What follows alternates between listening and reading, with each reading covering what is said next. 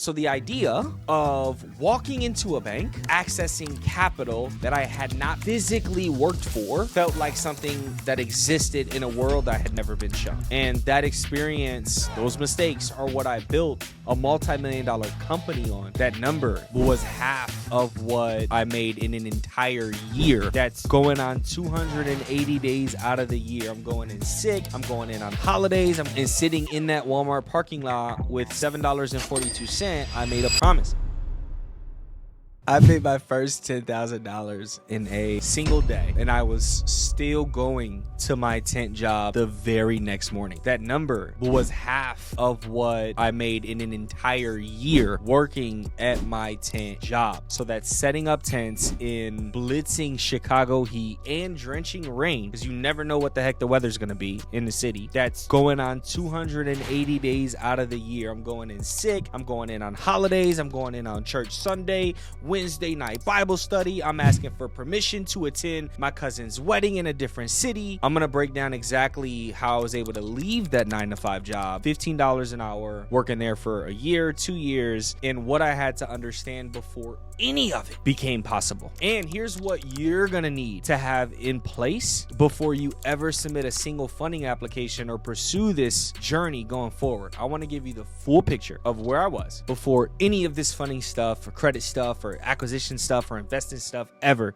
existed for me. I grew up in Humboldt Park, that's Chicago. We moved out of the city, I must have been 10, 11, 12. From Stone Park to Addison, Bellwood, Maywood High School, 5 different high schools. And then from there to Bolingbrook, Willowbrook area. Never graduated high school. My family pooled money to get me my diploma through the mail, which was super dope. I was at my heaviest I had ever been. I was 225 pounds. At the time, I was taking about 7, 8 medications. I was angry that had nothing to do with my strength, but it had everything to do about how numb I was in life and how everybody around me seemed to be in a very similar position. At the time, this is over a decade ago, I did not think that I would be making it past 21 years old. And that wasn't really self-pity, that it was just the math of the environment, statistic. And after that, I was working 2-3 jobs at a time, $2,000 a month if I was lucky, and given 280 days out of the year to a job that required me to ask permission to be somewhere else. And then Vic happened. So Vic was a man that I trusted completely, like a mentor, like a father figure, like a business partner, because that's what he was. And at the time he introduced what credit was and what funding was, I called him, hindsight 2020, my bad mentor. So he had me first ever use the tools for the wrong reasons, use the tools of capital. So this looked like getting cash advances, getting cards in the wrong way, starting LLCs for the wrong reason, leveraging credit without having any systems or things in place like that, maxing out my own cards, maxing out my mom's cards, maxing out my childhood best friend's cards. And I drove between 7 and 8 cities in a single day for our first business, which was a countertop business that I later exited. But I watched credit turn into debt service, turn into properties, turn into the hope of cash flow, turn into finished floors and fixtures, turn into losing all 6 properties and the bad business partnership and bad mentor all at once, and basically being a victim to it with my own hands, like moving the needle forward in all of those processes and doing all of the things that I was instructed to do while like trying to pursue mentorship and learn about what was happening. And then I realized as calls stopped getting answered that my name was never on a single deed. And so I went from not knowing a single thing about credit to realizing I had an 800 score to not knowing if I was going to be super duper embarrassed and scared in the bank to getting $300,000 in funding the first time I went, to not knowing I was going to make it past 21, to leveraging $300K of OPM to acquire my first investment property, then my second, then my fourth, then my sixth, with the business partner that had everything under control until he didn't. And I found myself in a $27,000 a month hole in a Walmart parking lot at 2 a.m. with $7.42 in my bank account. Now, at this point, it it wasn't because I was unwilling to work. The work ethic was there, but it was because I had been working in the wrong direction for the wrong person, even though I had the right resources. And I didn't grow up around leverage or credit or have conversations about money and how to invest. I grew up around survival. I thought that hard work was the equation and that my life would be limited to what was around me at the time. And so at the time, in working all those jobs, I didn't even really fully know why I was working, just knew that I needed to. Similar to credit, I didn't know why good credit mattered or why a 800 score was useful or what you could do with it. I just knew you needed good credit. So in thinking that hard work was the equation, I worked hard, as a student and as a mentee, as somebody that was a source of knowledge to just soak stuff up, not looking to necessarily implement, but definitely taking action on everything I'm learning just because I was so enamored and excited to learn about this world that had just opened up for me that I had never seen before. So the idea of walking into a bank, accessing capital that I had not physically worked for, felt like something that existed in a world I had never been shown. Not for someone from Humboldt Park, not for someone who had just lost everything trusting the wrong person, not for somebody that their entire family knew nothing about it. I just didn't know the door existed. And so what changed everything for me, and I want to make sure to give you the specifics, not just the concept. So the first thing that I had to understand was the difference between available credit and actual debt. And most people treat those two very different things like they're the same thing. They're not. So available credit is a tool sitting in your pocket or drawer or bank account. Actual debt is that tool put to work. It's what you were given but used. So you could have $100,000 of available credit and carry zero debt. So that's like having a war chest, or we call it a cushion. And the whole reason that a person would ever get funding to begin with, personally, we believe, is because we'd rather you have the capital and not need it than to need the capital and not have it. And the big idea is like rich people, wealthy people are not saving their way to assets. They are not working $15 an hour job their way to assets. They're not working 2 or 3 of those to assets. No, they want to take advantage of opportunities today. And they know that that opportunity might not be here tomorrow. And so they're going to figure out how to use OPM, other people's money. Banks aren't gatekeepers. Realtors aren't gatekeepers. Funders are super duper crazy gatekeepers.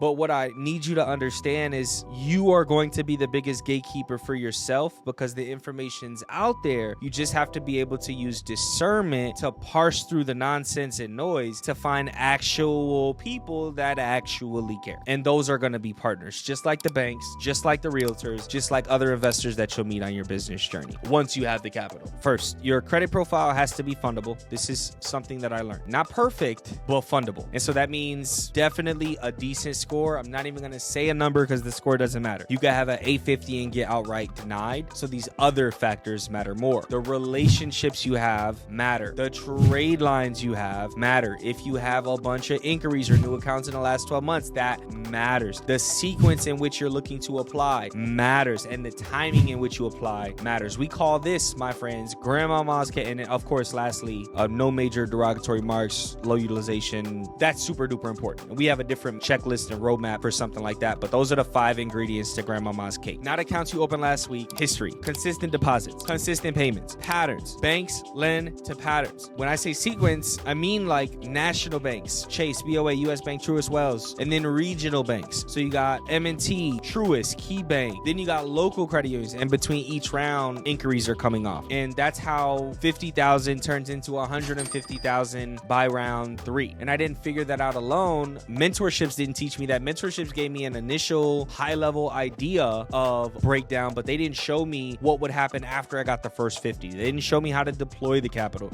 They didn't show me how to build the credit so I get funding every year. They only showed me how to build credit so I just get funding once. So if you want to get funding every single year, make sure your funding profile is fundable. If you want to change your narrative, change your story, Make sure your credit profile is fundable, because that is the tool. You have to use the tools given to you. I just say that to say I wasn't perfect, I wasn't ready, I didn't know much about it, but I was a sponge and I did study. And I found that mentorships only give you an iota, a modicum of what the world exists of.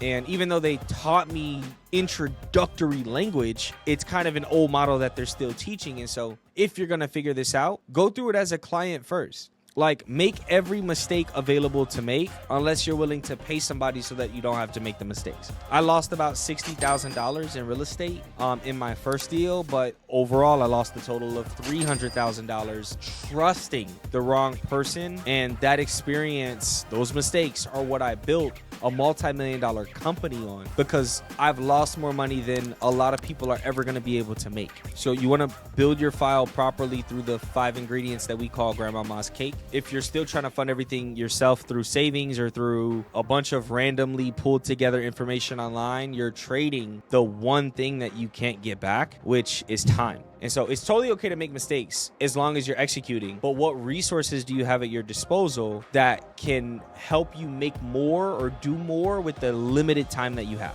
And are you doing the most that you can with the limited time that you have right now? Shut up! You! Yes? Not you, him! What's your name? Me. Yes, you! I am me. He's me. And I'm you. And I'm about to whoop your old ass, man, because I'm sick of playing games. With what you're doing with your time. So me personally, at the time, I had given 280 days a year to a job that had a ceiling for me. And I trusted the wrong person with a tool that had no ceiling, and my family's credit. And I paid for it with years that I can't get back. So I watched what happens when you go to the gym and don't have good form. I watched what happens when you rush into something. I watched what happens when you don't do your due diligence or research and you don't take time to understand something. And I paid for it. So I want to help you build something meaningful, because I've built something meaningful. You just don't have to go through the same pain that I experienced to do it. And building credit is going to take 5, 10, 15, 25, 30, 40, 50. You're going to have credit for the rest of your life. So no matter what season you're in, the season will change. The energy will change. The things you want to build change. They'll look different, but it all starts with doing the right things today. I made my first 10K in a single day. It took one day to do that. And sitting in that Walmart parking lot with $7.42, I made a promise. I will not let that be the defining moment, the story of my life. In the moment that I understood that the bank's money was available to me and that I could leverage that to acquire an asset, even though I didn't do it right, just the understanding stretched my mind to a place that it could not go back to its original form. Credit made the moves that I made possible at the time that they would have been impossible any other way. The sequences made the outcomes real. The timing made for advancements that would have taken decades had I tried my previous path. The time saved from being able to use funding, even though it didn't go my way, taught me innumerable lessons that I could not have learned any other way. So if you want to understand how funding can change your life and how funding can be used as a tool for you in your business, I want you to see what you qualify for, see what path would be best for you to take. And that's why we offer our roadmap. That's why we offer our school community. Because in our school community, you get access to all the resources that we spent the last 1,846 days building. In our school community, you get access to book a call with the team. You get a roadmap, which is where we show you where you are, where you could be, and what needs to happen for you to get there. Very simple. All of it specific to funding. All of it we've paid tens of thousands and hundreds of thousands and years to ascertain, and we're giving it away so that you can advance without our pain, completely for free. Check out the link below.